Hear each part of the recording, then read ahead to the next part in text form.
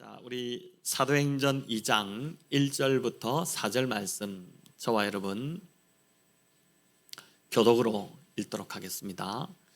사도행전 2장 1절 제가 먼저 읽겠습니다. 오순절 날이 이미 이름에 그들이 다 같이 한 곳에 모였더니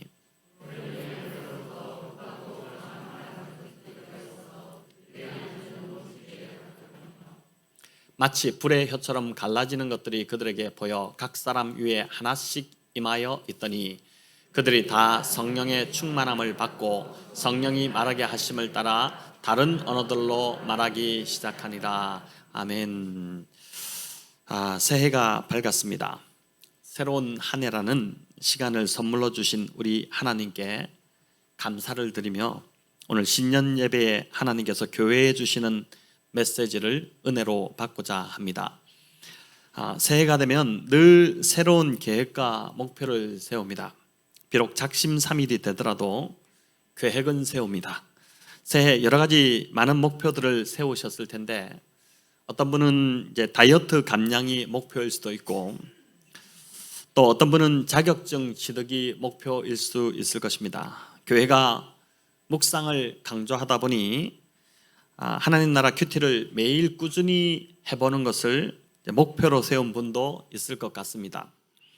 어제 송구영신 예배에서 새해 소망을 세 가지 영역에서 다 적으셨는데 올 한 해 그것을 잘 이루는 저와 여러분 다 되시면 좋겠습니다. 이렇게 개인적으로 여러 목표들을 세우고 계획하시겠지만 그리스도인으로서 삶의 우선순위를 두어야 할 목표가 있습니다. 우리 공동의 하나의 목표라고 할 수 있습니다. 바로 성령 충만을 받는 것입니다. 오늘 설교 제목이 성령으로 충만함을 받으라인데 오늘 그 주제를 함께 살펴보고자 합니다. 자, 오늘 본문은 우리가 익히 너무나도 잘 알고 있는 예수님 승천 후에 성령을 보내주시는 그 이야기입니다. 예수님이 더 이상 함께하지 않으시기에 겉으로 보기에 제자들의 삶은 마치 보호막을 잃어버린 것처럼 그렇게 보였습니다. 하지만 주님은 함께 있지 않고 떠나시는 것이 오히려 제자들에게 유익하다고 말씀하셨습니다. 요한복음 16장 7절 우리 같이 한번 읽어보겠습니다. 그러나 내가 너희에게 실상을 말하노니 내가 떠나는 것이 너희에게 유익함이라.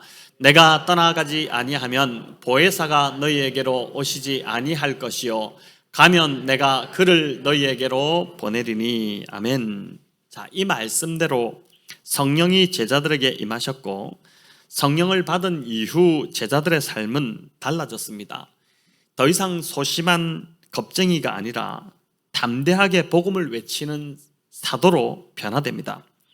사명을 감당하는 능력이 바로 성령 충만에서 시작이 되었습니다. 그렇기에 주님의 제자로 살아가는 저와 여러분 역시 그 무엇보다 성령 충만을 받아야 합니다. 이것이 새로운 한 해 주신 사명을 감당할 수 있는 비결이고 직장과 가정에서도 행복하고 능력 있게 살아갈 힘이 될 것입니다. 자, 그럼 성령으로 충만케 된다는 것이 과연 어떤 것일까요? 오늘 본문을 통해서 과연 그게 무엇인지를 같이 한번 살펴보겠습니다. 자, 2장 1절은 성령이 임하신 날이 오순절임을 우리에게 오늘 알려줍니다. 오순절은 한자로 보면은 이제 5오에 열흘 순자를 씁니다. 그러니까 열흘이 5번 반복되는 것이 오순절입니다. 그러니까 6월절로부터 50일째 되는 날이 바로 이제 오순절입니다. 오순절은 또 다른 말로 칠칠절이라고도 합니다. 칠칠이라는 말은 7이 7번 반복된다는 뜻으로 7 곱하기 7, 49지 않습니까? 일주일을 7번 지난 다음 날이라고 해서 칠칠절이라고 부릅니다. 또 오순절은 보리를 수확하는 절기라고 해서 보리맥자를 써서 맥추절이라고도 하고 보리의 첫 열매를 거두어 감사를 드리는 절기라고 해서 초실절이라고도 합니다. 그러니까 성령께서 초대교회 공동체에 임하신 날이 오순절인데 이 날을 다른 말로 칠칠절, 맥추절, 초실절이라고 부른 것입니다. 오순절 성령님이 임하심으로 하나님께 첫 열매가 드려졌는데 그 열매가 바로 신약 초대교회의 성도들이었습니다. 성령님은 하나님이 계획하신 정확한 때에 임하셨습니다. 우리가 출애굽기에서 살펴보았지만은 오늘도 이제 출애굽기 그 10가지 재앙 바르고 얼마나 참 고집이 징그러울 정도인지 참 고집스러운데 그 10가지 재앙에서 마지막 재앙이 이제 임하게 되지 않습니까? 이 출애굽할 때 하나님께서 한 절기를 제정하셨는데 바로 그 유월절입니다. 마지막 10번째 재앙으로 장자가 죽어 나가게 될 것인데 어린 양을 잡아 그 피를 문설주에 바르면 죽음의 영이 그 집에 들어가지 않고 다 넘어가도록 했습니다. 그래서 유월절, 유월이란 말은 넘을 유자, 넘을 월자를 써서 넘어갔다는 뜻입니다. 영어로 패스 오버 했다는 뜻이죠. 예수님은 십자가에서 돌아가실 때 정확하게 이 때를 맞추셨습니다. 바로 유월절 그 어린 양을 잡는 시간인 오후 3시에 유월절에 어린 양이 되셔서 십자가에서 돌아가신 것입니다. 첫 유월절에 어린 양의 피로 인해서 죽음이 그 집안으로 들어가지 않고 넘어가서 다 살아났던 것처럼 주님이 십자가에서 어린 양이 되셔서 우리의 죄를 대신 다 지시고 돌아가신 그 피로 인해서 우리는 죄와 죽음에서 구원을 받았습니다. 이스라엘 백성은 이 유월절에 애굽에서 나오게 되었고 황해를 건너서 오순절 즈음에 광야 시내산에 이제 이르게 됩니다. 출애굽기 19장 1절인데 우리 같이 한번 읽어보겠습니다. 이스라엘 자손이 애굽 땅을 떠난 지 3개월 되던 날 그들이 시내 광야에 이르니라. 아멘. 자, 여러분 여기 보면 이스라엘 자손이 애굽 땅을 떠난 지 3개월이 되던 날 시내 광야에 이르렀다 이렇게 합니다.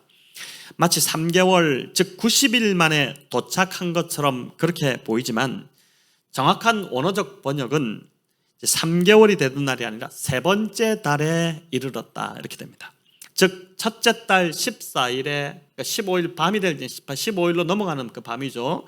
그때 이제 출애굽을 했고 세 번째 달 1일에 시내산에 도착한 것입니다. 그리고 3일간의 백성들이 정결하게 하는 기간을 거친 후에 시내산 언약을 맺고 나서 율법을 받게 됩니다.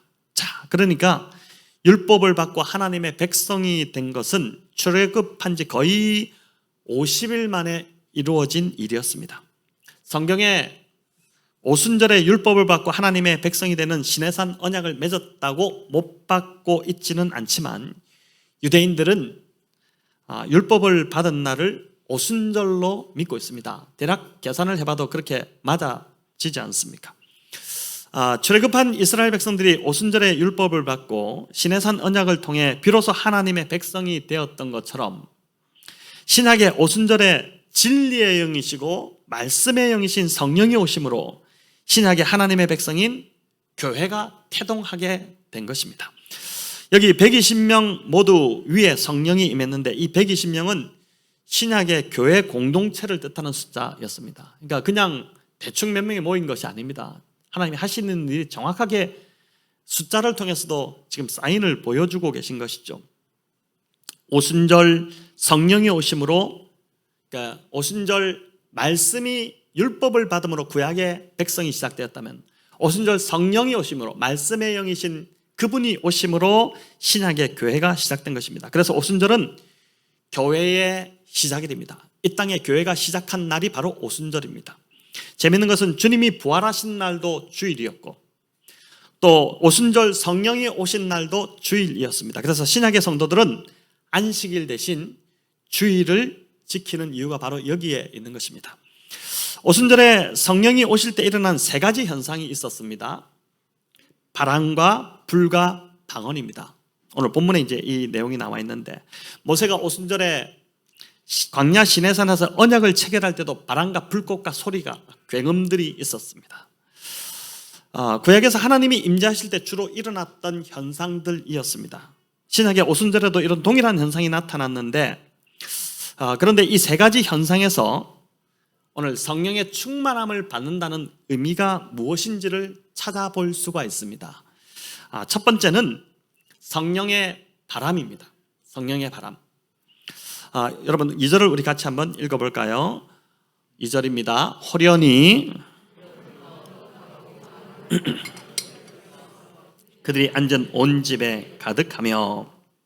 자, 성령을 바람으로, 바람 같은 소리로 묘사하고 있습니다. 예수님 역시 니고데모와의 대화에서 성령으로 난 자를 바람으로 설명하셨는데 요한복음 3장 8절입니다. 여기도 읽어봅시다. 요한복음 3장 8절. 네, 바람이 임의로 불매 네가 그 소리는 들어도 어디서 와서 어디로 가는지 알지 못하나니 성령으로 난 사람도 다 그러하니라. 이렇게 되어 있죠. 이 구절에도 보면 바람을 언급합니다. 바람은 히브리어로 루아흐라는 단어인데 이 루아흐는 그냥 바람이라는 뜻도 있지만 하나님의 호흡, 숨 또는 생기를 뜻하는 단어입니다. 우리도 이전에 여기가 백옷 영동 숨 이렇게 해가지고 이름을 명명하기도 하지 않았습니까? 그리고 궁극적으로는 이 바람은 하나님의 영인 성령을 뜻합니다. 루아흐, 이 바람과 연관된 또 하나의 구절이 창세기에 있는데 2장 7절 우리 같이 한번 읽어보겠습니다. 여호와 하나님이 땅의 흙으로 사람을 지으시고 생기를 그 코에 불어넣으시니 사람이 생명이 되니라. 자, 생기, 하나님의 생기, 루아흐가 사람 안에 들어갔다는 것이죠. 자, 이 구절은 사람은 육체만 있다고 살아있는 존재가 아니라는 것입니다. 그 육체에 하나님의 호흡인 생명의 기운인 생기, 루아흐, 즉 성령이 들어가야 비로소 온전히 살아있는 인격체가 된다는 것입니다. 그래서 성령이 없는 자들은 살아있으나 죽은 자와 같은 것입니다. 교회를 오래 다녀도 성령을 받지 않은 자 역시 그 영이 죽어 있는 자라고 할 수 있습니다. 제가 저희 자녀들을 보더라도 그렇고 오늘 이제 교육부서가 새롭게 또 단장을 하게 되는데 우리 자녀들을 볼 때도 이 아이들도 다 성령을 받아야 됩니다. 성령으로 거듭나야지만 그때부터 진짜 신앙생활이 시작된다고 할 수 있는 것이죠. 에스겔서 37장에서 이제 에스겔이 본 환상에 나온 그 마른 뼈들이 바로 그러한 존재들이었습니다. 하나님께서 에스겔 선지자에게 보여주신 골짜기에는 말라 비틀어진 그 뼈들이 가득했죠.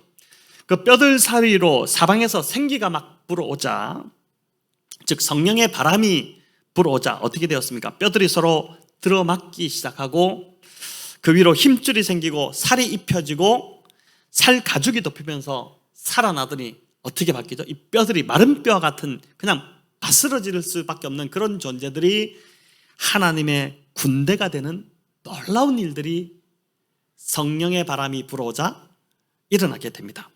여러분, 어떻게 이런 일이 있을 수 있을까요? 바로 이것이 성령의 역사인 것입니다. 사람을 살리는 역사이고 회복시키고 다시 일으키는 역사가 바로 성령의 역사입니다. 이것은 바람처럼 눈에 보이지는 않지만 그러나 그 열매로 분명히 경험되는 실제입니다. 우리가 이 성령의 사람, 이 성령 충만으로 사람이 바뀔까 이렇게 생각하지만은 그 사람이 변화되는 그 열매를 보면, 그 결과를 보면 성령이 지금 역사했다는 그 증거를 보게 되는 것이죠. 바라기는 새해에는 성령의 생기가 우리 모두의 코에 들어가서 마른 뼈와 같은 우리의 신앙이 살아나고 회복되기를 간절히 바랍니다. 이미 많은 변화의 모습들이 우리 성도님들 안에서 일어나고 있습니다. 제가 몇 년을 이렇게 거치면서 보니까 참 이미 우리 성도님들 안에 이런 변화들이 일어나고 있는 분들이 계신데 이는 사람의 힘이 아니라 사람의 능력이 아니라 사람이 잘나서가 아니라 오직 성령의 역사로 일어나는 일이라고 믿습니다. 이제 교회학교가 새로운 모습으로 단장이 됩니다. 오늘 일부에 우리 교회학교 새로 임명받으신 분들 거의 다 나오셨었는데 부장이 세워지고 교사들도 세워집니다. 바라기는 새해 우리 아이들 안에 성령의 바람이 불어와서 그들의 코에 생기가 들어가서 교회학교 부서들마다 변화의 열매들이 가득 맺히기를 소망합니다. 이런 성령의 바람이 교회 안에 지속적으로 불어오도록 우리 성도님들 정말 간절히 기도해 주시기 바랍니다. 제가 저 자신을 보더라도 중고등부 때 예수님 만나서 지금 이 자리까지 오는 겁니다. 정말 그래서 중요합니다. 우리 초등부부터 아이들 정말 말씀으로 바르게 교회가 세워나가고 청소년 때 하나님 만나는 체험을 하게 만들고 그렇게 바뀌어야지만, 그 안에 성령이 들어가야지만, 성령의 바람이 불어야지만이 그 아이의 평생이 바뀌게 되는 일들이 일어나게 되는 것이죠. 이것은 우리의 기도가 있어야 됩니다. 부모의 기도, 교사의 기도, 교회 성도들의 기도가 있어야지만이 성령의 역사가 우리 자녀들 안에 반드시 일어나게 될 줄을 믿습니다. 두 번째는 성령의 불입니다. 여러분 3절을 같이 한번 읽어보겠습니다.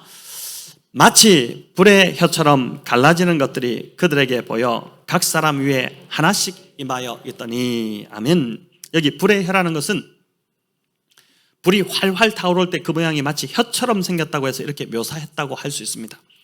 성경에서 불이 여러 번 나오는데 이 불의 역할은 세 가지입니다. 첫 번째는 정결케 하는 능력입니다.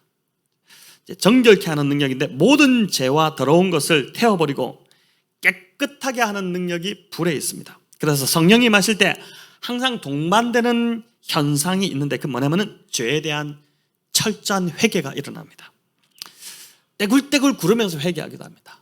자신을 주먹으로 치면서 회개하기도 합니다. 이런 죄인을 주여 이러면서 이제 완전한 눈물과 회개의 눈물이 쏟아지기 시작하죠.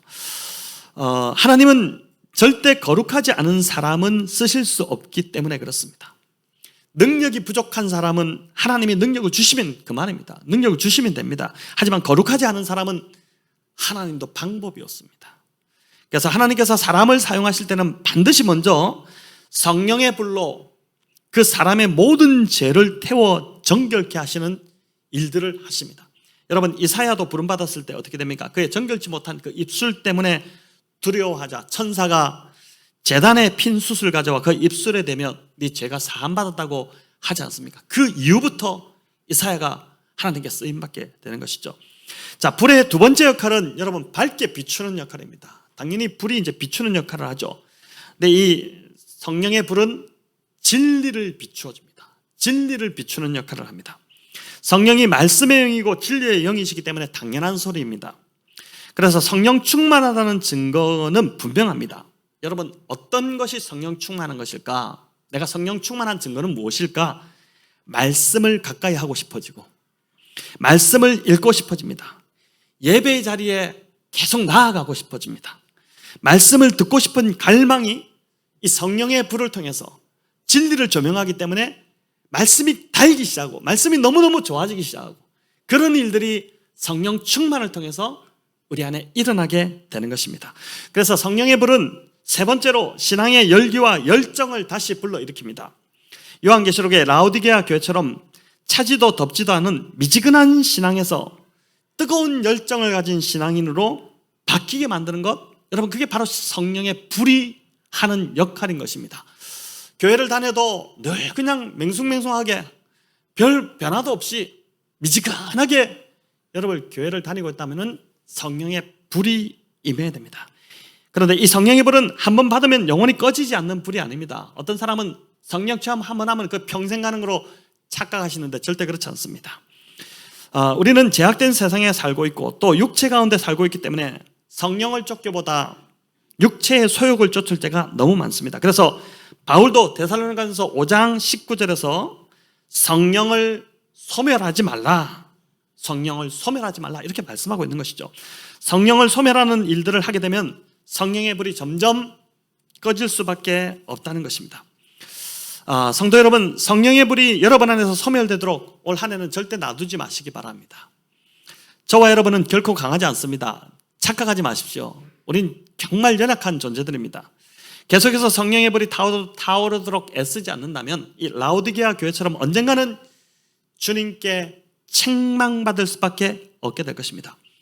개혁주의 신앙의 대표적인 신학자였던, 돌아가셨죠. 몇 년 전에 돌아가셨는데 R.C. 스프라울 목사님께서 성령의 불을 계속해서 붙여야 하는데 그러기 위해서는 연료를 계속 이 불에 부어야 한다. 연료를 부어지지 않고는 이 성령의 불은 꺼질 수밖에 없다. 근데 그 연료가 뭐냐? 바로 말씀과 기도와 성례다.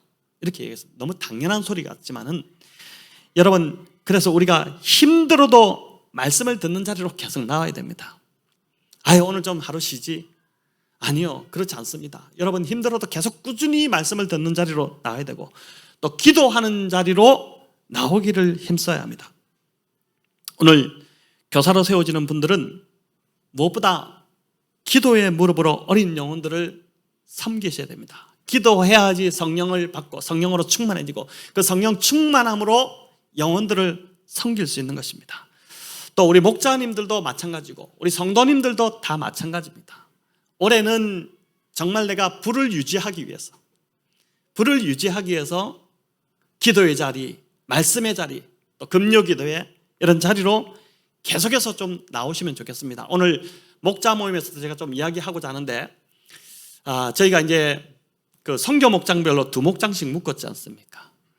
이제 매번 저희가 금요 기도회 할 때마다 기도 시간이 쫓기다 보니까 마지막에 선교사 기도를 쭉 불러주고 그냥 선교사를 위해서 기도합시다 이렇게 하다 보니까 집중적으로 기도가 안 되는 것 같아서 한 번은 기도하는데 주시는 마음이 매주 그 선교 목장별로 2목장씩 금요 기도회를 나와서 선교 담당자 또 목자가 우리가 섬기는 선교사님 누구입니다, 사진도 좀 보여주고 또 이런 기도 제목이 있습니다, 기도 제목도 띄워주고, 그렇게 해서 그걸 가지고 함께 기도하면은 더 좀 선교에 집중적으로 기도하지 않겠나 이런 생각을 하면서도 제 안에 또 드는 생각은 이렇게라도 해야지 금요 기도회에 또 우리 목장이 좀 나오지 않겠나.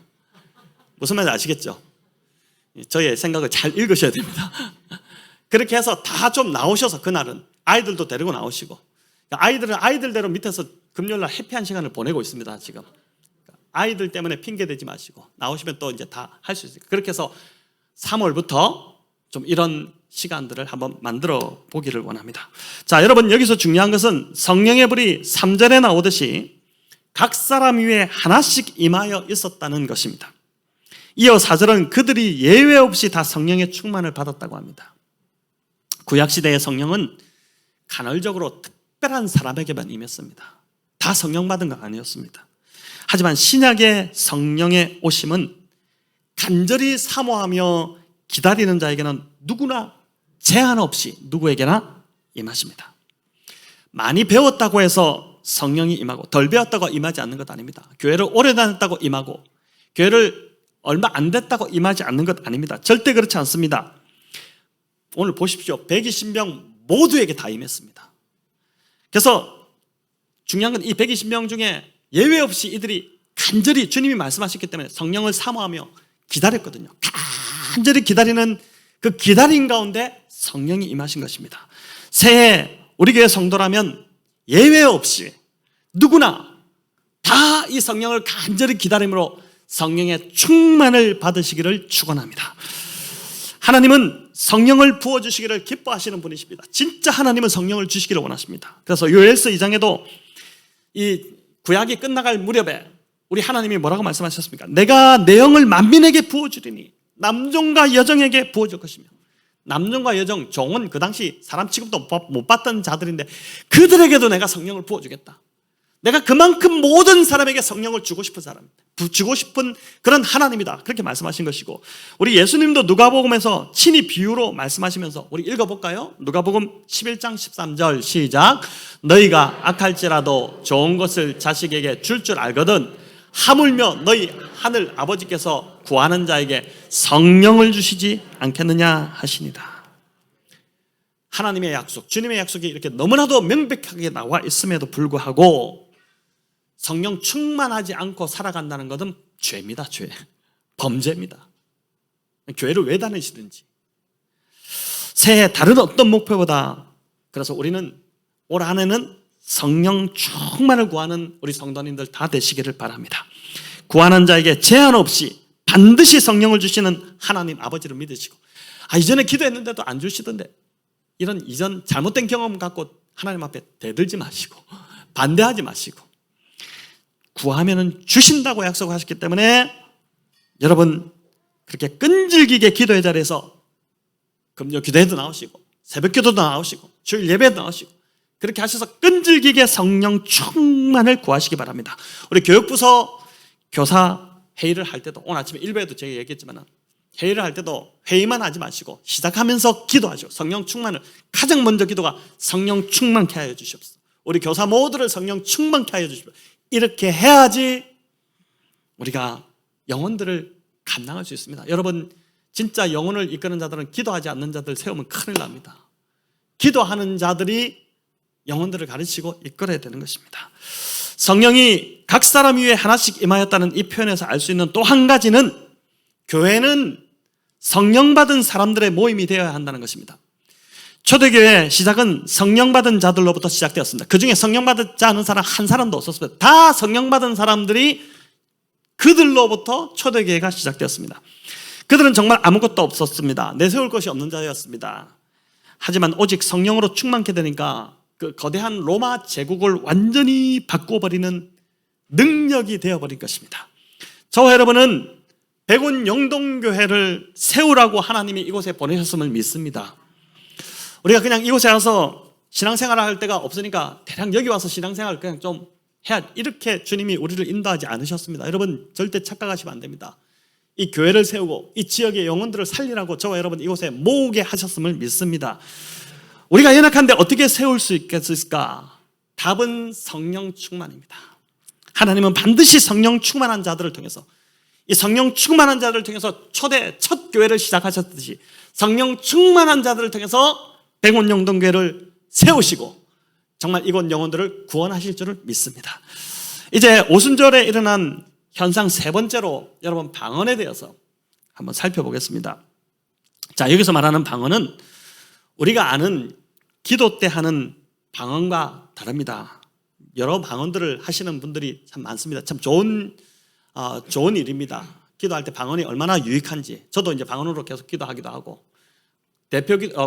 공기도를 앞에서 인도하다가도 방언이 나오기도 하고 이렇게 하는데, 고린도서 12장 10절에 나오는 각종 방언은 알아듣지 못하는 사장된 언어였습니다. 건전치 못한 교단에서는 이 본문을 근거로 방언을 하지 못하면 성령을 받지 못했다라고 판단하기도 합니다. 정말 성경을 모르는 자들입니다. 그들이 주장하는 방언과 여기서 말하는 방언은 다릅니다. 여기 나오는 방언은 4절에 나오듯이 다른 언어들이었습니다. 언어입니다. 언어. 9절부터 보시면 우리 읽지 않았지만 오순절을 지키기 위해서 각처에서 예루살렘에 온 자들이 있었습니다. 디아스포라 유대인들, 다 전 세계에 흩어져 살다가 유대 3대 절기를 지키기 위해서 오순절이 됐으니까 이제 절기를 지키러 예루살렘에 온 자들이었는데, 이들이 사는 지역은 당시 전 세계였습니다. 그래도 나오지만은 9절부터 이하에 나오지만은 이집트도 있고 메소포타미아도 있고 아프리카와 로마도 있습니다. 굵직굵직한 대도시들, 그 나라들에서 사는 사람들이 다 모인 것입니다. 각지에서 온 사람들이 120명의 제자들이 각국의 나라말로 말하게 된 것을 듣게 된 것입니다. 이 제자들은 갈릴리 총구석의 그 출신들이로 외국에 나가본 적이 한 번도 없는 자들입니다. 그런데 그런 자들이 갑자기 외국어를 막 쏟아놓으니까 말하는 자기들도 신기하고, 이 무슨 말인가? 갑자기 자기 혀가 통제가 안 될 정도로 막 혀가 돌아가는데 외국말이, 자기도 모르는 외국말이 막 나오게 되고, 또 듣는 자들도 다 놀라고 당황하게 된 것입니다. 여러분, 오늘도 이상한 이런 참 성령의 역사들이 일어나기도 합니다. 제가 들었던 참 신기한 일들도 참 많이 있지만, 그러나 신학자들은 이 현상을 창세기 11장의 바벨탑의 언어를 흩어버리신 사건과 연관을 시킵니다. 바벨탑을 높게 쌓아 자기 이름을 내고 하나님의 자리에 오르려고 했던 아주 교만한 사건이었습니다. 이들이 교만해지자 하나님이 그 탑을 보려고 친히 내려오셨습니다.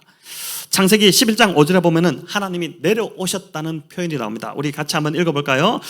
여호와께서 사람들이 건설하는 그 성읍과 탑을 보려고 내려오셨더라. 자, 이게 내려오셨다 이렇게 나오는데, 하나님 내려오지 않으셔도 위에서 보시면 다 아시죠?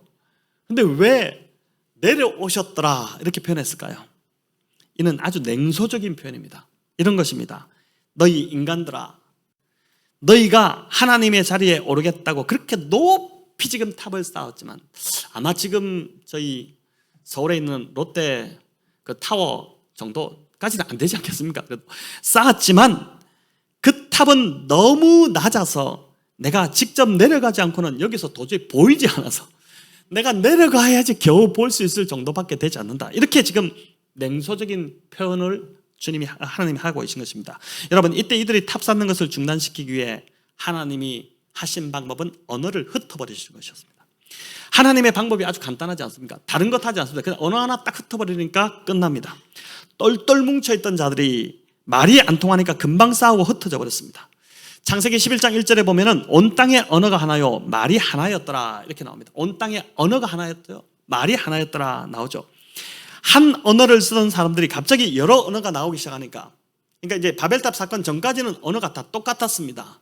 지금처럼 언어가 그렇게 다양하지 않았는데, 그러나 이 바벨탑 사건 이후에 언어가 달라지니까 혼란이 오기 시작한 것이죠. 이들이 바벨탑을 쌓은 목적은 절대 흩어지지 않기 위해서였는데 소통이 안 되니 흩어질 수밖에 없었습니다. 그런데 오순절 성령이 오시니까 다시 소통이 일어나기 시작한 것입니다. 그 자리에 있던 수천 명의 사람들이, 각국에서 온 많은 사람들이, 다양한 언어를 구사하던 사람들이 제자들이 하는 말을 다 알아들었습니다. 자기 나라 말로 해주니까 당연히 소통이 된 것이죠. 여러분, 이처럼 성령의 사람은 소통이 잘 됩니다. 성령 충만하면 커뮤니케이션을 잘 할 수밖에 없습니다. 이게 성령의 사람입니다. 성령이 주시는 새로운 언어를 그들이 사용하기 때문입니다. 이 말은 무슨 특별한 방언이나 예언이 아닙니다. 성령이 주시는 언어는 아주 쉽고 단순합니다. 하늘의 언어인데 여러분도 충분히 하실 수 있는 말입니다. 이런 것입니다. 감사합니다. 미안합니다. 다 제 잘못입니다. 용서해 주세요. 이런 말입니다. 여러분, 이런 성령의 언어는 자기를 부인하지 않으면 절대 나오지 않는 말입니다. 자아가 펄펄 살아있으면 절대 이런 말을 쓸 수 없습니다. 그게 성령의 언어인 것입니다. 성령을 쫓아서 할 때, 성령 충만할 때 나오는 바로 언어가, 한번 따라해 볼까요? 감사합니다. 고맙습니다. 사랑합니다. 힘내세요. 뭐 필요한 거 없으세요? 제가 도와드릴게요. 점점 작아지는데 좀 크게 합시다. 먼저 하세요. 이해합니다. 기도하고 있습니다. 힘내세요. 얼마나 아름다운 언어입니까? 이게 성령의 언어입니다, 여러분. 이런 언어를 자주 사용해 보십시오. 소통이 안 될 리가 없습니다. 난 소통이 잘 안 된다. 지금 언어를 잘못 쓰고 있기 때문에 그런 것입니다. 그래서 성령 충만의 또 하나의 증거는 언어입니다. 언어입니다. 자, 이제 마지막으로 이렇게 성령으로 충만케 한 이유가 무엇일까? 하나님께서 성령을 부어주시는, 성령 충만을 받으라고 한 그 이유가 무엇일까? 11절에 나오는데 우리 함께 읽도록 하겠습니다.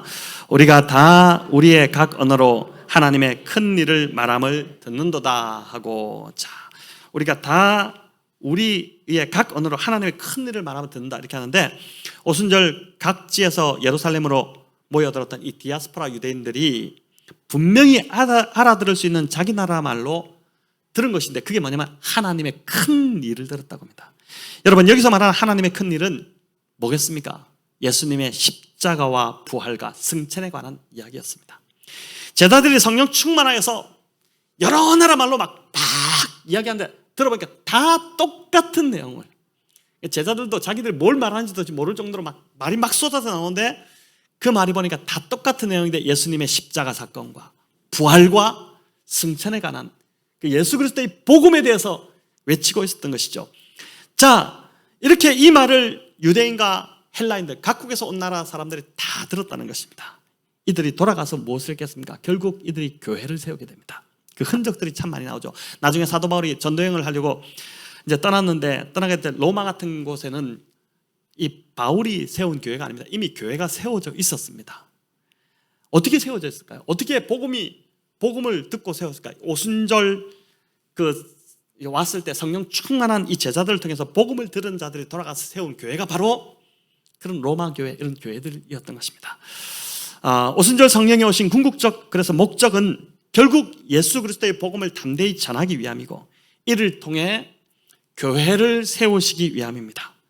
성령의 사람이라고 자처하는 자들 중에 더러 보니까 자신을 자꾸 높이고 있고 자신의 영적 체험을 자꾸 이제 드러내고자 하는 자들이 있습니다. 그런 사람은 교만과 영적 체험의 자랑이 충만한 자이지 결코 성령 충만한 자들이 아닙니다. 성령으로 충만하면 여러분 자연스럽게 갈라디아서 5장에 나오는 성령의 열매들이 맺히게 됩니다. 사랑이 많아집니다. 그리고 기쁨이 넘칩니다. 사람이 성령 충만하다는데 늘 인상 쓰고 있으면 그건 좀 점검해봐야 될 문제입니다. 성령 충만한 사람들은 표정부터가 다릅니다. 가까이 가고 싶습니다. 표정이 달라집니다. 성령 충만하면. 그리고 이게 심각하지 않습니다. 자연스럽습니다. 사람들 사이에 화평케 하는 자입니다. 오래 참고 자비롭고 착하고 충성되고 온유하고 절제하는 그 성령의 열매들이 가득 맺히게 되는 것입니다. 사랑하는 성도 여러분, 새해 무엇보다 우리 성령을 구합시다. 성령의 바람이 생기가 되어 마른 뼈와 같은 내 삶이 하나님의 군대가 되도록, 그런 바람이 내 삶에 불어오도록 기도하면 좋겠습니다. 또 성령의 불을 구하시기 바랍니다. 내 죄를 태워 정결케 하며 진리의 빛을 비추어주고, 그리고 신앙의 열정을 회복시킬 성령의 불을 여러분 간절히 구합시다. 또 성도와 세상 간의 소통을 위해 성령의 언어가 내 입술에 부어지기를 구하면 좋겠습니다. 이 모든 것을 통해서 예수 그리스도의 복음의 증인된 삶을 살아가는 올 한 해가 되기를 바라고, 여러분 복음을 전해야 됩니다. 이제 올해는 좀 복음을 전하면 좋겠습니다. 우리 교회가 이제 복음을 외치기도 하고 전하기도 하고, 그렇게 하면서 올 한 해 하나님이 세우신, 예수 그리스도의 피값 주고 세우신 이 백운용동교회를 더 든든히 세워가는 저와 여러분 다 되시기를 우리 주님의 이름으로 축원합니다.